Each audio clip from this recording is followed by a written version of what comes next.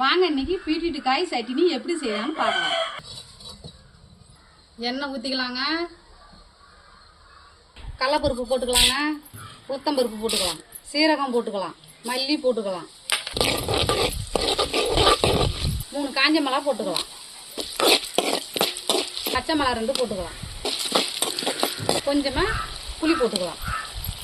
ஒரு கை சின்ன வெங்காயம் போட்டுக்கலாம்.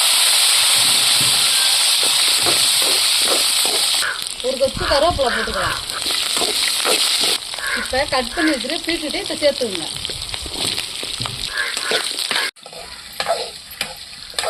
அதை கூட நெருக்கி வச்ச தேங்காயை சேர்த்துக்கலாம். தேவையான அளவு உப்பு போட்டுக்கலாங்க.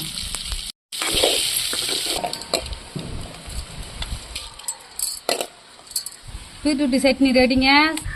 சாதத்துக்கு சாப்பிடலாம், தோசைக்கு சாப்பிடலாம், சப்பாத்தி சாப்பிடலாம்.